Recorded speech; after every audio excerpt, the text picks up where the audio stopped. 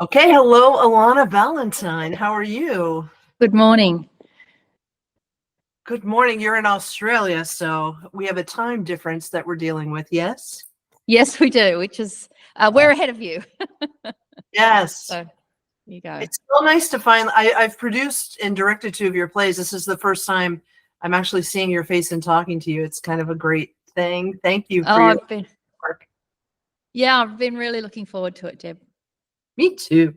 Should we just jump right in? Let's jump right in. Okay, what called you to become a playwright? Yes.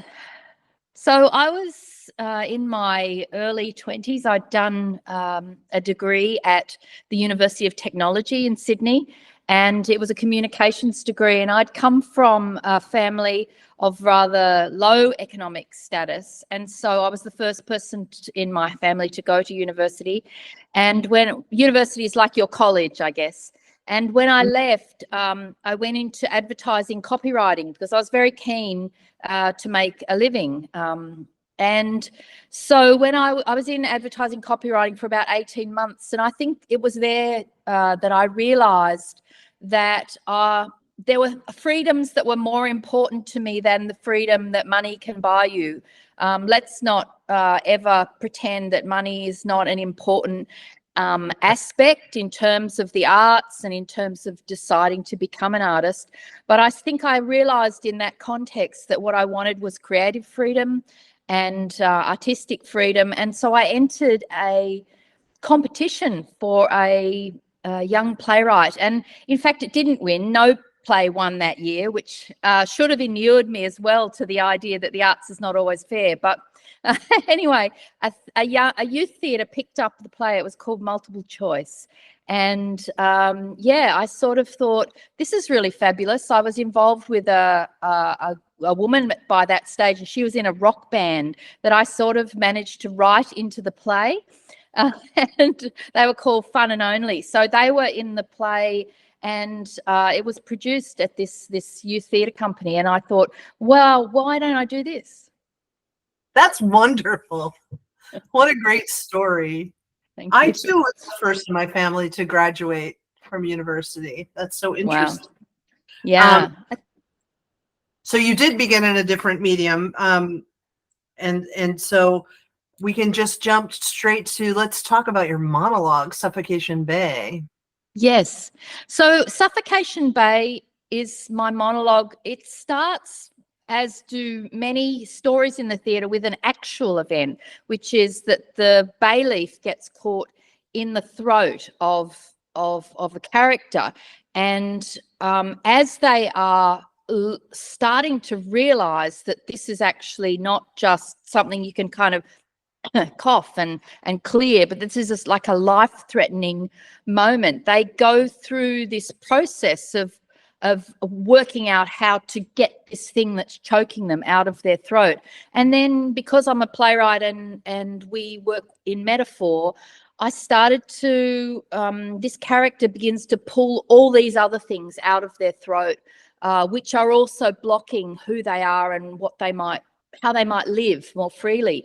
And there's an impossibility to the things that they start to pull out. Like the first thing they pull out is a bay leaf, but then they start pulling larger and larger objects, a toaster, a golf club, a vase of flowers, and that's because what I love about theatre is our ability to sort of insist to people that we can create illusions and do impossible things on stage.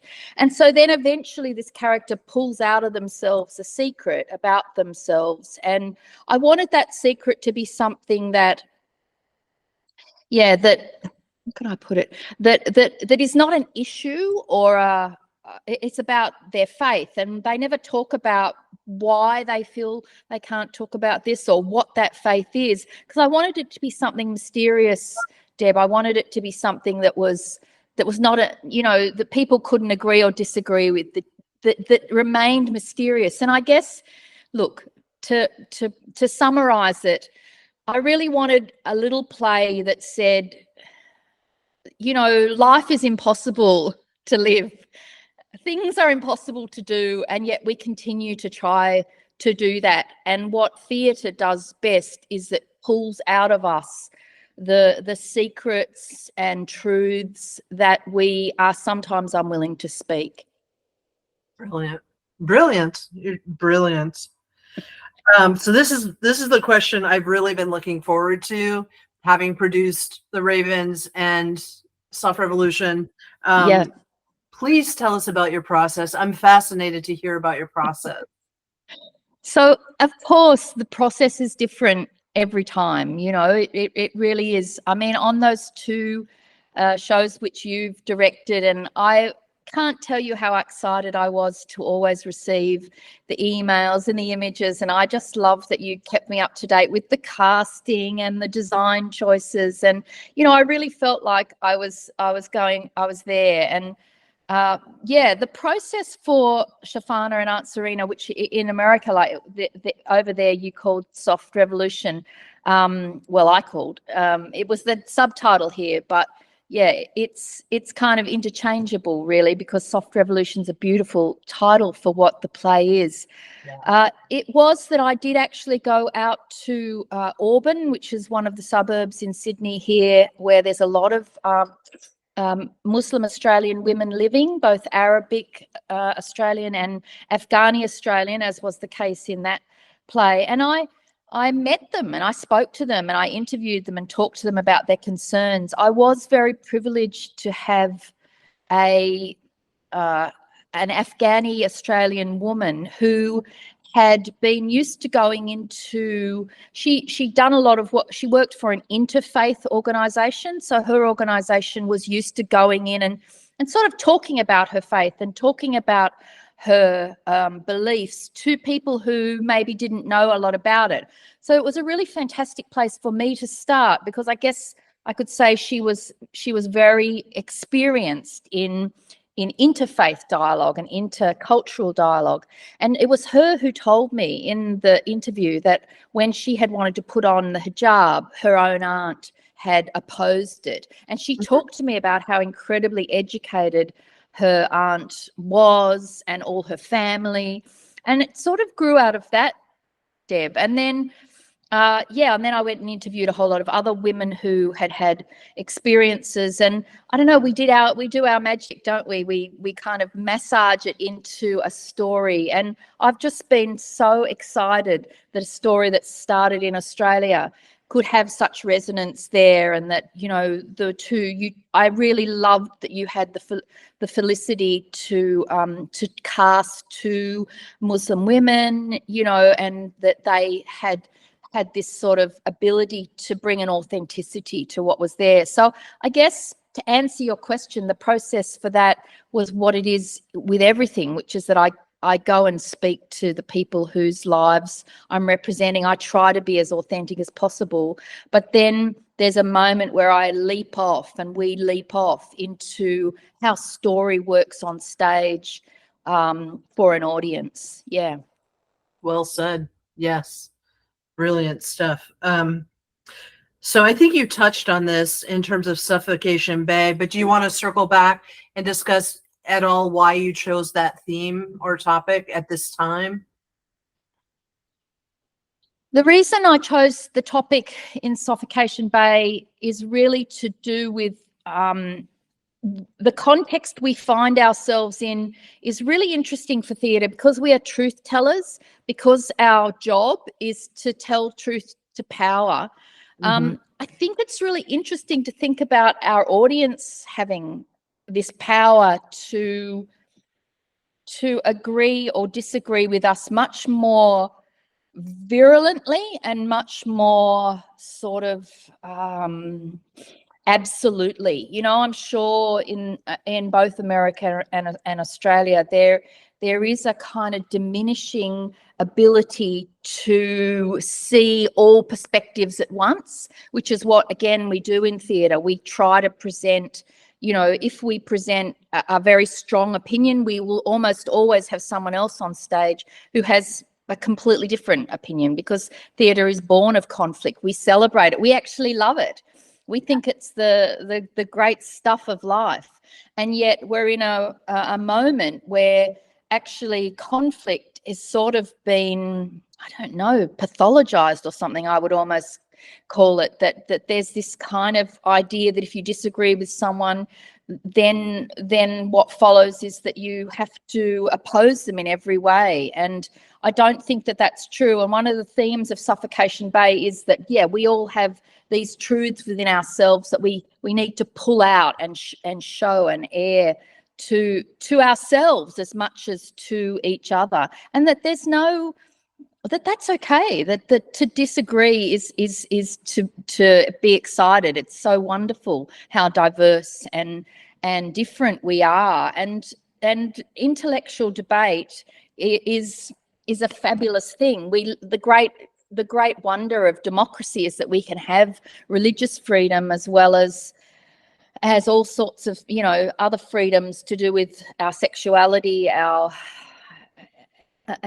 gender, our diversity in so many different ways. So I guess it's hard to corral, isn't it? Whenever, I'm sure you've had this experience when you're asking other playwrights, they sort of obfuscate, because it's like, you know, you don't want to explain your play, but you do want to, you know, say what context you're pulling it out in. I mean, you can hear that I am very interested in women and their relationship to their deepest beliefs, and how sometimes that is, you know, we're not allowed to be, in many religious traditions, women are not allowed to have that intellectual or rigor around their faith and theology. And so I'm kind of particularly drawn to that.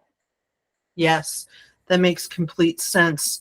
I during Soft Revolution, I remember loving the play and thinking, this whole conflict is around a piece of fabric, right? How tense can it be? How much tension can we create around one piece of fabric? It's not even a large piece of fabric, right? And then, boy, did I find out, because our elections here in America hit, and we thought for sure that we were going to have our first female president. And Nayab, one of my actors, she brought in Georgetown cupcakes. We were eating cupcakes. We're like, it's going to be such a celebration. And then when it didn't turn out that way, it was that moment that you talk about in theater, how much we are fueled by conflict. That's our fuel. That's what drives the engine. Otherwise, you don't really have a play. But then in the world, how it suddenly, the world became bad theater, and there was this conflict that made me terrified for my actors, because people were tweeting, like, if they see anyone wearing a hijab, they're going to set them on fire, like all of this sort of hatred. And it was just like, how do I protect these two women? And one of them had to she said, I have to go to the woods. And she just, for a week, she's like, I have to be in nature. I can't, you know? And I think it's interesting how it resonates when you tap into some kind of truth, a universal truth. And especially what I love about working with playwrights is you're touching into the collective unconscious in some way, right? And it appears production by production, but in that production in particular, it was incredibly striking. You know? Yeah, it was powerful, and the play gave us a way to survive it and to work through it. And just even the 9/11 sections too were just, I think it was such a perspective that most Americans hadn't considered from any kind of Judeo-Christian kind of background, you know? And then to listen to the actor say, yeah, no, 9/11 was really hard for me. And thought, wow, of course it was. It was just such brilliant. I love your work. I guess I'm just fangirling a little bit. I just love it. Thank you, Deb. Thank you. Yeah. And so I wanted to ask what your experience has been regarding play development overall.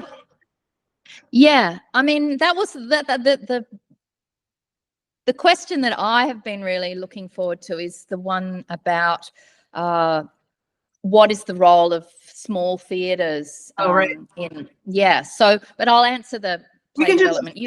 They're sort of parts of the same question, so feel free to talk about that now if you like.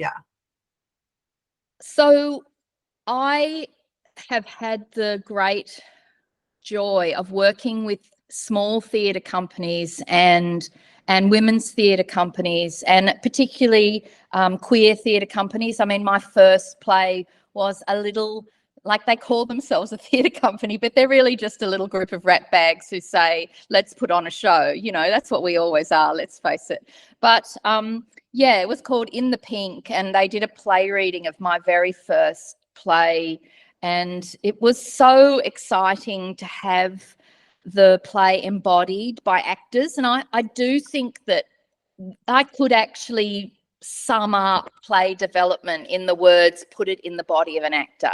You know, I just think that there is nothing that is so valuable to a playwright as hearing their words embodied. I mean, that act of generosity that actors do. They say, let me use my body and my voice and my spirit, you know, my instrument, we call it here, to tell your story. And I never get over the generosity of that act by actors. And all through my career, they have taught me so much about, what to put in, what not to put in, what to leave space for.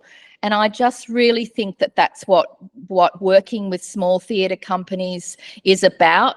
I mean, to get political for a moment, I do think that people underestimate these days how much there is still really strong gatekeepers holding out particular kinds of work in the theatre. It's kind of like almost there's still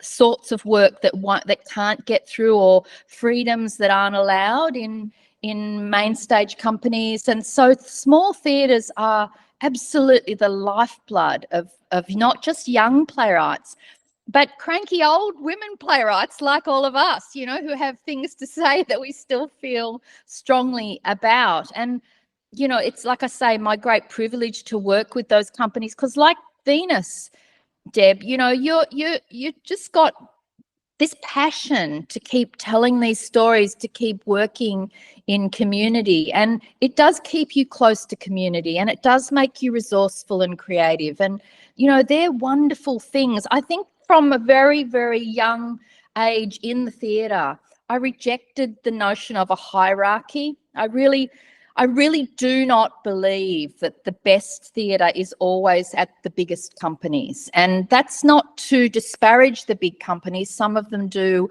wonderful work. I just constantly refuse to believe that that's the only place where you're going to see really great work, really new and interesting voices. And so, yeah, look, I constantly send my work to fledgling little companies, because that's where you can really have great fun. Yes, thank you. That's so well said. Thank you for saying it.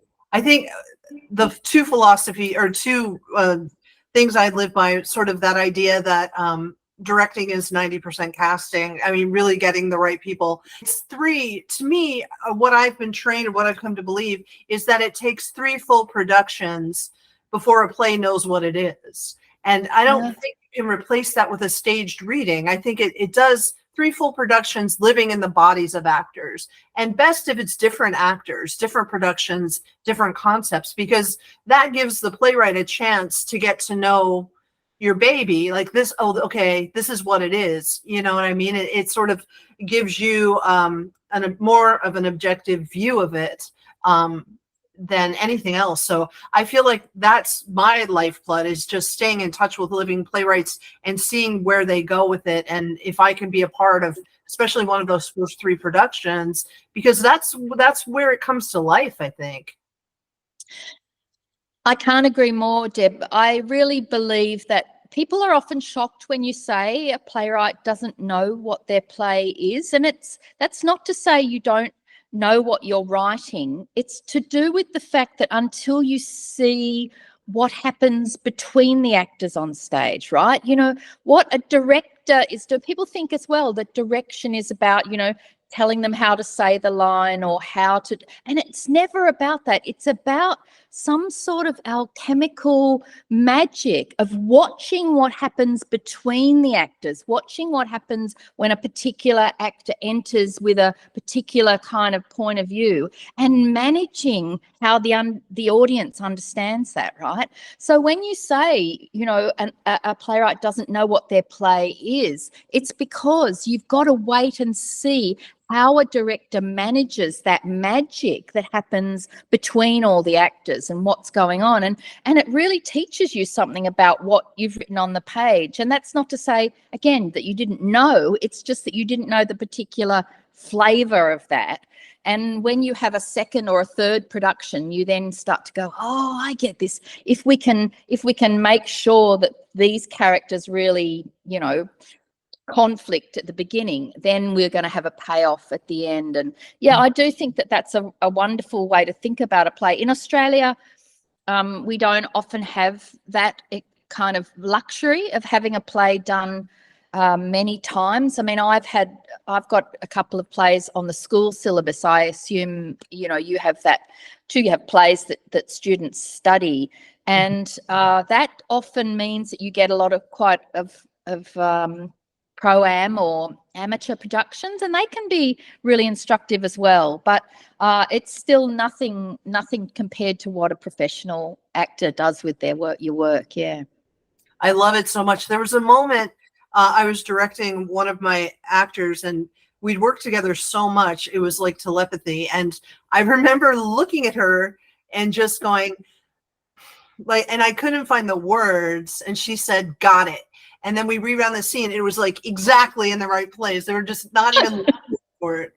It was incredible just to be that connected to people and to sort of tune into them as instruments and figure out like where each actor will take it, and then making sure everyone stays in this same world together, you know. It's incredible. Yeah.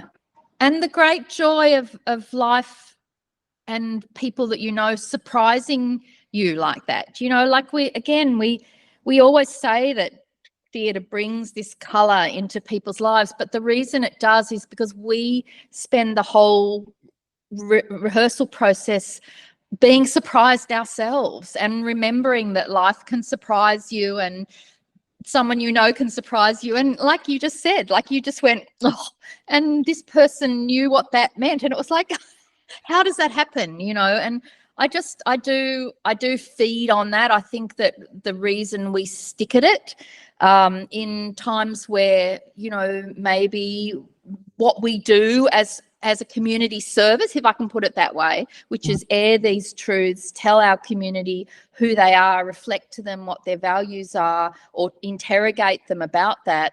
It's sometimes underestimated, and yet we stick at it because of this great gift that it gives us of joy and surprise.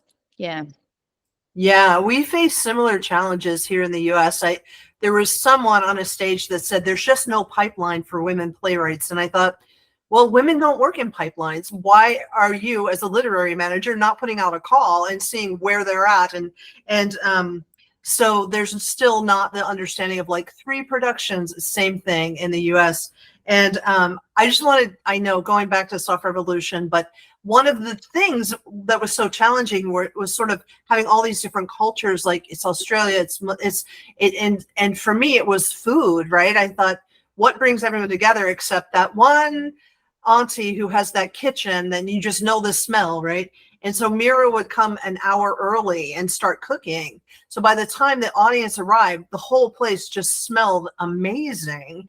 And then they would, as you had written in throughout the show, and then we had a crock pot where I would just have her add different ingredients. So the smells kind of kept changing in the world, and it just pulled this focus in a really powerful way, so that at the end of the play, I would bring the crock pot into the lobby and put it on the counter and just have paper bowls. And I tell you, people see it and they ate with their little spoons, and we had some conversations.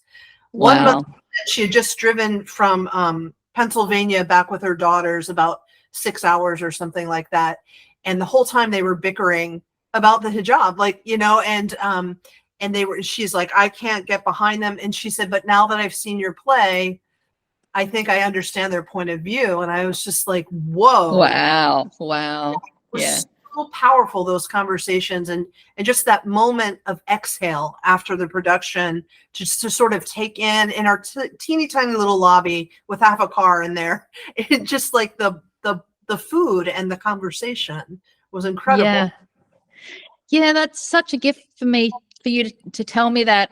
We had a Q&A after one of the sessions in Australia, and one of the students, this young boy student, he put his hand up. He said, "Listen, what's the problem with the aunt? Does she just hate Muslims?" And it was wonderful because the actor playing the aunt, Serena, said, "No, she is Muslim, but she just doesn't believe that she has to wear the hijab." And his world just spun around, because he had seen, so this culture is this kind of monolith. Everybody believes the same thing. Everyone is the same. And the idea that two people of a supposed subculture could think differently was this revelation to him. And I often wonder what that'll do to that child's life, that idea that he realizes that there is this diversity within cultures as well. And it's the same as that moment that you're talking about. Everybody's got their opinion without ever having met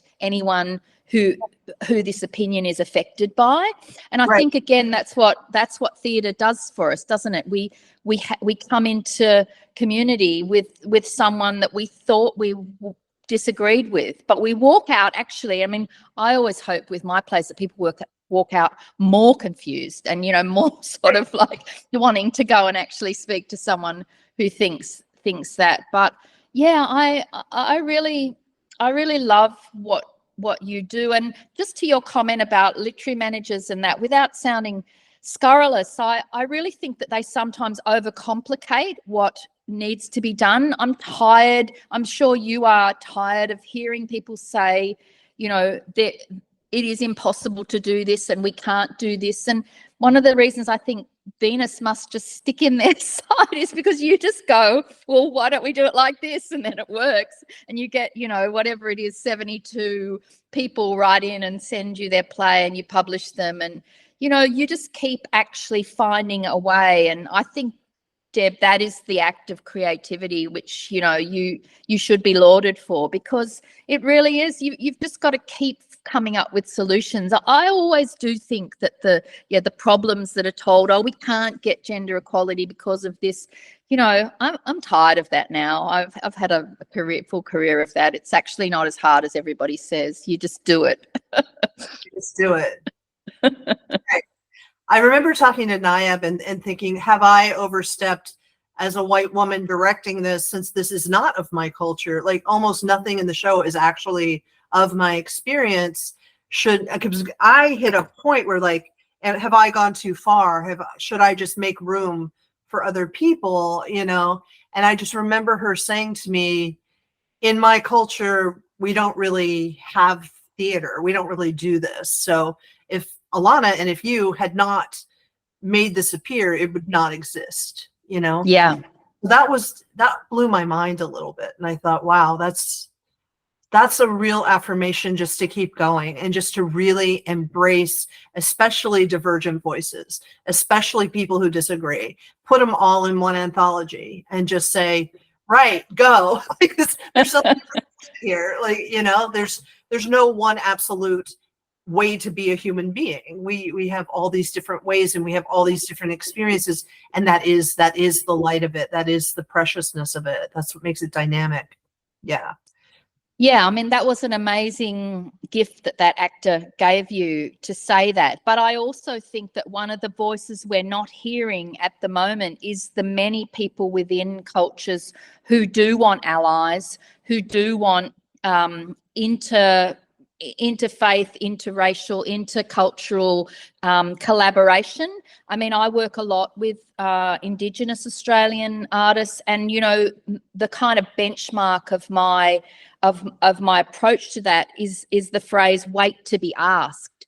I actually do wait to be asked. But if I am asked, if an Indigenous Australian artist who is in the controlling creative position says to me, "I want to work on this with you, then I just don't think that anyone should kind of, well, I mean, I agree that people should be allowed to interrogate that in whatever way they want, but I also empower that artist to say, well, I made this choice and that's my business. You know, in this case, you know, I had done all that consultation with those Arabic and Afghani Australian women, and I can't tell you how thrilled they were to see the play on the stage. You know, when we had the opening night, the whole front row was women in hijabs, and they were crying when she puts on the hijab, and then others would come out into the foyer and say, no, she shouldn't have done that. You know, she doesn't need to do that. And exactly as you said, had the conversation. But, you know, they asked for this to happen. And so I mean, it's a even longer conversation. You could have a whole forum about this, Deb, and I'm sure you will. Knowing you'll probably find a project that does this. But I do think that we need to also acknowledge that there are many artists who hunger for that sort of collaboration across cultural and other lines. Yeah. Yes, absolutely. And that, I think, is the bright side of the internet. Like, suddenly to have connections around the world, which when I started Venus was absolutely not possible, you know? Yeah. So that brings hope, a lot of hope. Yeah. Well, but what amazing work you've done from a tiny little theatre, Deb. I mean, honestly, I meant it when I wrote to you that I really believe that history will look back on what you've achieved in and kind of be gobsmacked. And I'm excited and thrilled to be a part of that, because I really do think that the people who are not necessarily lauded in their lifetime or even in their career time, they're the ones doing the cutting edge work. So, you know, all power to you, Deb, and to Venus.